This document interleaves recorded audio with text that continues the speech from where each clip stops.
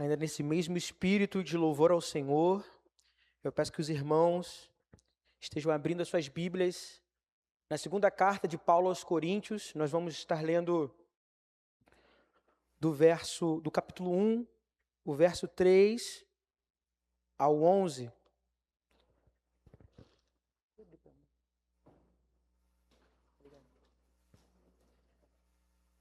Meus irmãos, acredito que é de comum acordo que vivemos tempos desafiadores.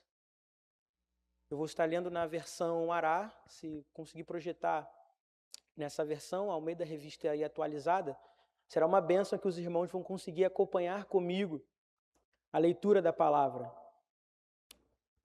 E não precisamos ir muito longe para perceber que vivemos tempos desafiadores. Ao ligar a televisão, ainda mais se ligar na Record, no Cidade Alerta, você vai perceber que existem diversos desafios acontecendo no Rio de Janeiro. Talvez no celular de vocês agora, se vocês, com poucos cliques, como num passe de mágica, vocês vão ter diversos relatos negativos acontecendo no nosso país. Essa semana eu estava no meu trabalho, na hora do almoço, estávamos sentados, comendo, e o assunto era um só: o helicóptero que colidiu no Recreio. Meus irmãos, essas notícias todas mexem conosco. Nós ficamos tristes, é impossível não ficar triste com notícias dessas.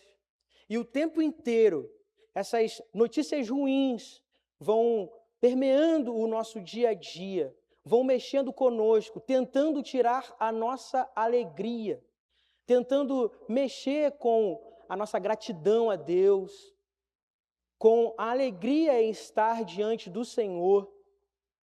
E a segunda carta de Paulo aos Coríntios, logo no início, Paulo vai trazer alguns recursos para a igreja, para nós nos dias de hoje, de como manter a constância em Deus, as características também de um Deus que mantém o seu povo, mesmo diante de tribulações, aflições, momentos difíceis. O apóstolo Paulo ele vai falar de momentos e tribulações que ele viveu, mas dentro desses poucos versos ele vai falar também das características de um Deus que cuida do seu povo. Vamos ler a segunda carta do apóstolo Paulo aos Coríntios, capítulo 1, verso 3. Bendito seja o Deus e Pai do nosso Senhor Jesus Cristo, o Pai de misericórdia e Deus de toda consolação. É Ele que nos conforta em toda a nossa tribulação, para podermos consolar o que estiverem em qualquer angústia, com a consolação que nós mesmos somos contemplados por Deus. Porque assim como os sofrimentos de Cristo se manifestam em grande medida em nosso favor, assim também a nossa consolação transborda por meio de Cristo. Mas se somos atribulados, é para que o vosso conforto e salvação, somos confortados e é também para o vosso conforto, o qual se torna eficaz suportando vós com paciência os mesmos sofrimentos que também nós padecemos. A nossa esperança a respeito de vós está firme, sabendo que, como sois participantes dos sofrimentos, assim também serão da consolação. Porque não queremos, irmãos, que ignoreis a natureza da tribulação que sobreveio a nós na Ásia, porquanto, acima das nossas forças, a ponto de desesperarmos até da própria vida. Meus irmãos, eu queria fazer abrir um parêntese com vocês dessa parte. Vocês conseguiram perceber o que o apóstolo Paulo acabou de dizer no verso 8? O apóstolo Paulo acabou de dizer que sobreveio nele, na vida dele, na Ásia, algo, uma situação, uma tribulação maior do que as suas próprias forças, maior do que ele poderia suportar. Muitas vezes, de comum, nós dizemos: o fardo do Senhor virá sobre mim. De fato, o fardo do Senhor virá leve para você, Porém, antes do Senhor colocar o fardo dele que é leve, o jugo dele que é suave, pode ser que você enfrente um fardo pesado que você não vai conseguir carregar. E o fardo de Cristo ser leve na sua vida não significa que nunca veio um fardo pesado. E por vezes a gente meio que ignora o fato de, sim, vivermos tribulação na nossa vida, vivermos dificuldade na nossa vida. E olha como é denso o que Paulo está dizendo no final. Ele falou que até desesperamos da própria vida. Sabe o que o Paulo está dizendo? Não tinha saída para ele mais, ele não conseguia enxergar a luz no fim do túnel. Quantos aqui já chegaram numa posição que a melhor possibilidade era fugir? Muito provavelmente a única solução que vinha na mente de Paulo era: eu quero sair daqui, eu quero desaparecer, eu quero sumir, não tem mais jeito, com as minhas forças não dá mais. Paulo chegou no ponto final. Quantos aqui já quiseram sumir, já quiseram desaparecer? Num dia ruim, eu quero sumir. Ninguém olha para mim. E sumir geralmente é sumir, não tem levar marido, filho, esposa, é você, a roupa do corpo e do celular você deixa em casa. Você quer sumir, quer desaparecer. Ninguém nunca teve um dia ruim? Meus irmãos, o que Paulo está experimentando aqui é algo que nós cotidianamente temos experimentado. Desafios, dificuldades, desesperar da própria vida. E ele continua, no verso 9. Contudo, já em nós mesmos tivemos a sentença de morte, para que não confiemos em nós, e sim no Deus que ressuscita os mortos, o qual nos livrou e livrará de tão grande morte, em quem temos esperado que ainda continuará a livrar-nos, ajudando-nos também, vós, com as vossas orações a nosso favor, para que por muitos sejam dadas as graças a nosso respeito, pelo benefício que nos foi concedido por meio de muitos. Pai, eu peço que através do seu Santo Espírito, a sua palavra, fale aos nossos corações nessa noite. Em nome de Jesus. Amém.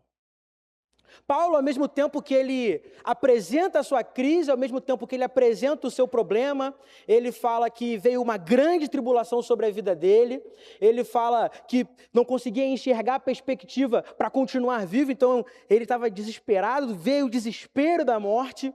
Paulo, no verso 9, fala que havia uma sentença de morte sobre a vida dele. Paulo, ao mesmo tempo que ele apresenta essas crises que ele estava enfrentando na Ásia, ele também aponta algumas características do Deus Todo-Poderoso que o livrou. O início da carta de Paulo, a segunda carta de Paulo aos Coríntios, ele vai trabalhar nessas duas ênfases. E eu queria falar com os irmãos a respeito de 3 características interessantíssimas que Paulo aborda no início dessa carta, logo no primeiro capítulo. A primeira característica nós vamos encontrar no verso 3, onde Paulo fala o seguinte: Deus é o Pai de misericórdia e é o Deus de toda consolação.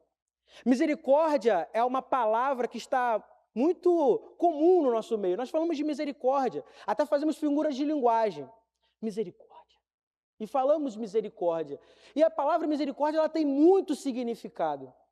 Talvez a origem da palavra, na sua tradução, seja a junção de 2 palavras, que é miserê, que é miséria, e cardia, que é coração. Então, o que significa a palavra misericórdia? Colocar o coração na miséria do outro. Colocar o sentimento na miséria do outro. É isso que significa a palavra misericórdia. Porém, hoje nós vivemos em uma sociedade que cada vez mais se torna indiferente. Indiferente. Se não me atinge diretamente, se não toca no meu bolso, se não me dói, eu me acomodo, eu não me mexo. Nós temos nos tornado cada vez mais indiferentes, com o coração com menos misericórdia. Isso não acontece na igreja de Vista Alegre, graças a Deus. Porém, em muitos ambientes que se dizem até mesmo religiosos, cristãos, muitos irmãos dentro da igreja, quando encontram um outro irmão que está passando por uma aflição, falam: estou orando pela sua vida. E muitas vezes até ora, só para dizer que orou. Mas não coloca o coração na miséria do outro. Meu irmão, se você tem orado dessa maneira, saiba que a sua oração é vã. De nada vale uma oração que não está com o coração na alegria do irmão, na miséria do irmão. A oração tem que ter sentimento verdadeiro. Primeira coisa que fala quando vê o pastor não me visita. O pastor não me visita nunca. Pastor, você não me visitou? Falta de misericórdia, a vida do pastor, um caos, cheio de dificuldade. Vê o irmão da igreja, antes de perguntar se está tudo bem, mas está sumido. Talvez, se o nosso coração estiver na miséria do outro, nós não sentiríamos que ele está sumido. Perguntar se está tudo bem. Talvez, se nós colocássemos cada vez mais o nosso coração no sentimento do outro, nós não julgaríamos tanto, condenaríamos tanto, mas ajudaríamos mais. Porque eu não sei quais são os desafios que aparecem na vida do meu irmão. Eu não sei quais são as problemáticas que aparecem na vida do meu irmão. E algo interessante que nós podemos enxergar logo no início dessa carta também é que, mesmo sendo servo de Cristo Jesus, problemas podem vir na nossa vida. Porque, às vezes, cria-se uma falsa ilusão de que a vida do crente não tem choro, de que a vida do crente não tem sofrimento, que o crente não passa por momentos de depressão. Cristo Jesus está na nossa vida e louvado seja o Senhor por isso. Mas nós passamos por aflições, sim. Mas o Deus Todo-Poderoso nos tirará da aflição em nome de Jesus. O irmão, às vezes, precisa que você tenha misericórdia da vida dele. Deus é o Pai de misericórdia. E nós estamos nos tornando cada vez mais indiferentes. Quantos aqui viram o caso da menina que foi jogada de 40 metros de altura? Viralizou nas redes sociais. Uma menina jovem faleceu de uma maneira trágica. E as pessoas... O Brasil é uma coisa muito curiosa. Quando tem uma tristeza, o brasileiro ele faz brincadeira, ele faz meme, piada. Nos vídeos da menina que faleceu de uma maneira triste, sabe o que muitos brasileiros estão fazendo? Piada. Piada. Com a dor de uma família que perdeu uma jovem. Sabe o que é isso? A humanidade se tornando cada vez mais indiferente com a dor alheia. E como igreja de Cristo Jesus, nós temos cada vez mais nos tornado indiferentes também, infelizmente. Não são todos, mas muitas vezes nós não nos incomodamos com aquilo que deveria nos incomodar. Só que há algo interessante também, que nós podemos ver no que Paulo está falando para a igreja de Corinto. Mesmo essa carta sendo escrita há muito tempo atrás, ela atinge hoje as nossas igrejas de uma maneira maravilhosa. Porque mesmo vivendo em uma sociedade que é completamente não amável uns com os outros, nós temos o apóstolo Paulo falando de um Deus que ele é o Pai de misericórdia. Um Deus que derrama a sua misericórdia para aqueles que o seguem. Então nós temos um Deus que constantemente coloca o seu coração nas nossas misérias. Um Deus que coloca constantemente o seu coração nos nossos sentimentos. Um Deus que derrama a sua graça constantemente sobre as nossas vidas. O Deus que cuida das suas batalhas, o Deus que cuida das suas lutas, o Deus que cuida dos seus desafios. Um Deus rico em misericórdia. É esse o Deus que sustenta a sua vida, é esse o Deus que sustenta essa igreja. Amém, igreja? Esse é o Deus que sustenta a sua vida. É o Deus rico em misericórdia que faz você estar aqui nessa quarta-feira. Porque se for, meus irmãos, deem um glória a Deus nessa noite. Glorifiquem ao nome do Senhor. Uma outra característica que o apóstolo Paulo fala sobre Deus está no final do verso 3, que ele fala que ele é o Deus de toda consolação. Consolação é algo realmente divino. Não à toa, Cristo, no Getsêmani, ele fala que o Espírito Santo é o Consolador. Consolador, especificamente nesse texto, quando aparece, é a palavra paráclito. No grego é paráclito. O que significa paráclito? Aquele que está ao lado. Eu não sei se você já teve a experiência de, em algum momento desafiador, ter alguém para pegar na sua mão e falar assim, vamos seguir. Eu não sei se você já teve a experiência de, em algum momento desafiador, o simples fato de ter uma pessoa relevante ao seu lado fez você ter forças para levantar.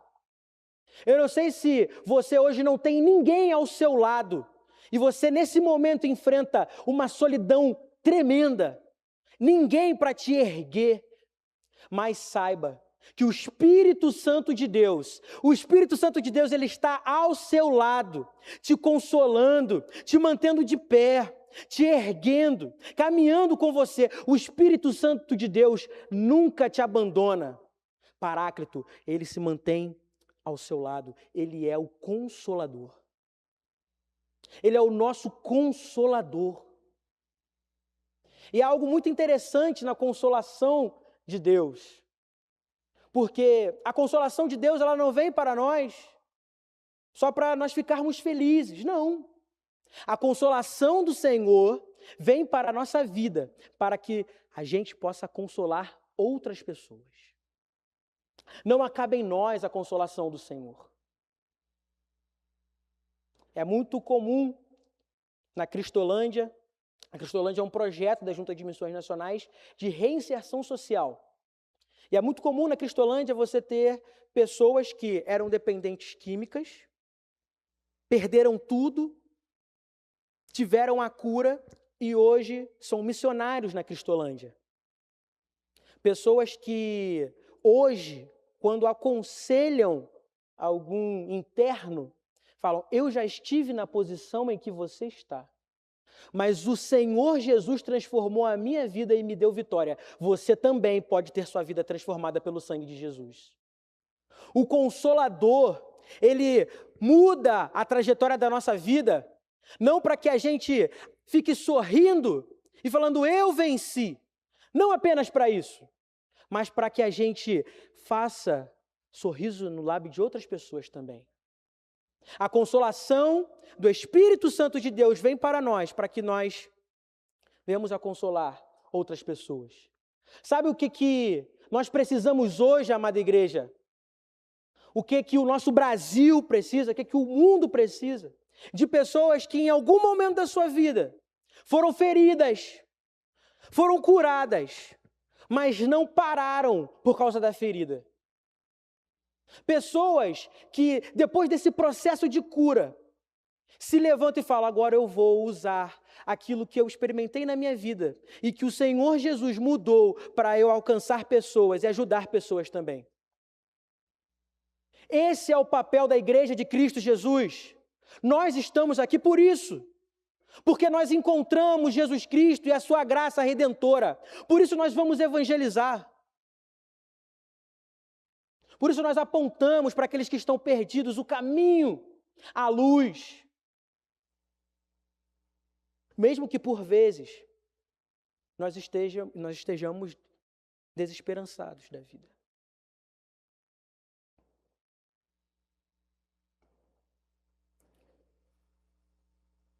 Eu vou para o último ponto, para terminar. E na terceira e última parte, fala uma verdade que me chama muito a atenção. Eu gostaria que fosse projetado o verso 10, que diz o seguinte: o qual nos livrou e livrará de tão grande morte, em que temos esperado, que ainda continuará a livrar-nos. O Senhor nosso Deus, Todo-Poderoso, Ele nos livrou no passado das nossas angústias e aflições. Ele nos livra hoje de todas as setas inflamadas de Satanás para nos destruir. E Ele continuará cuidando de nós, agindo em nosso favor para todo sempre, em nome de Jesus. Amém. Amém, amada igreja. Eu peço que vocês abaixem suas cabeças nesse momento, em espírito de oração.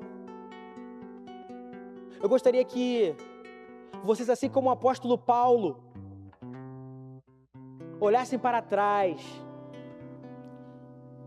e vissem tudo o que o Senhor fez na vida de vocês. Tudo o que o Senhor Deus livrou vocês, curou, as portas que Ele abriu. Ah, meus irmãos, quantas vezes nós chegamos em um ponto final, olhamos como o apóstolo Paulo e falamos: Senhor, eu estou desesperançoso de continuar vivendo. Quantas vezes, mas você está aqui nessa noite, você não morreu. O Senhor te trouxe até aqui. Até aqui o Senhor nos ajudou. Você está aqui nessa noite. E louvado seja o Senhor por isso. Dê glórias ao Senhor. Mas Marlon, eu não tenho visto o Senhor agir. Eu não tenho visto o Senhor trabalhar. Para mim parece mais difícil. Está pesado. Meu irmão, eu tenho uma boa notícia para você. Deus, Ele ama trabalhar com os improváveis. Se o seu quadro está difícil, está impossível, saiba que Deus, Ele ama trabalhar com os improváveis. Lembra de Agar? Agar, uma escrava, enviada para o deserto. Tudo que Agar tinha era uma perspectiva de perder e morrer. Mas o Senhor Deus, o Todo-Poderoso, enviou um anjo para a vida de Agar. E o cenário que era de morte, Deus fez um milagre e trouxe a vida. Nessa noite, o Senhor nosso Deus, o Deus de Agar, traz vida para você, traz cura para sua casa, traz bênçãos para sua vida. Confie em Deus e descanse nele, porque Ele é Deus, Deus misericordioso, Deus consolador, o Deus que age em nosso favor. Aleluia, Espírito Santo de Deus. A sua igreja te adora e te louva, Pai. Nós confiamos em Ti. Não seremos abalados. A sua igreja não irá parar, Senhor. Continuaremos com fé, desbravando e pregando o Evangelho até os confins da terra. De joelhos dobrados, louvando, entoando cânticos em Seu santo nome. Crendo, Senhor, que mesmo no cenário impossível, em Ti, Senhor, nós teremos as bênçãos da vitória, Pai. Em nome de Jesus, cuide de cada um que está ouvindo a minha voz nesse momento. Derrame, Senhor, a Sua misericórdia. Pai, daqueles que falam: Senhor, ninguém me escuta mais. A minha dor é recorrente. Meu testemunho de dor é recorrente. As pessoas não acreditam mais. Parece que o problema sou eu. Pai, muda a minha história, Senhor. Mostre para ele que você está disposto a escutar. Que o Senhor é um Deus de amor, de consolação. E que com a sua graça, Senhor, o Senhor olhará para os nossos corações, para a nossa miséria, com misericórdia. Aleluia. Louvado seja o Senhor. Em nome de Jesus.